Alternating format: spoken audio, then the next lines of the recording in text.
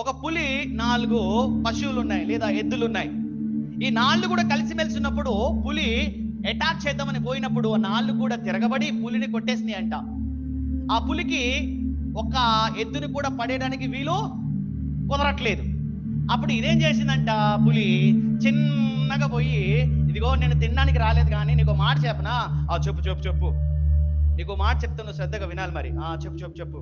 నేను ఈ ఎడవంతా తిరుగుతుంటే నాకు పచ్చ గడ్డి కనబడింది, నీకు మాత్రం చెప్తా షవులా. అయితే నువ్వేం చేయాలి తెలుసా?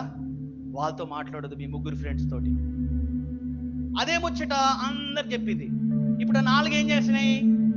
గొడవ పెట్టుకొని ఎవరు బ్రతుకు వాళ్ళు బతుకుతున్నాయి, ఎవరి మేత వాళ్ళు మేస్తున్నారు.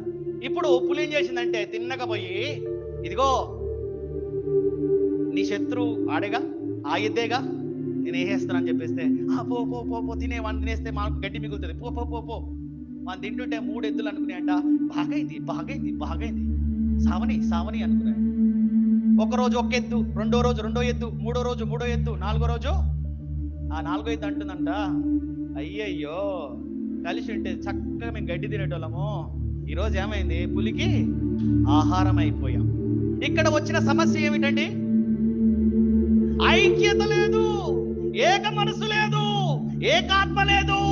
శత్రువుని జయించాలంటే మీలో ఐక్యత ఉండాలి.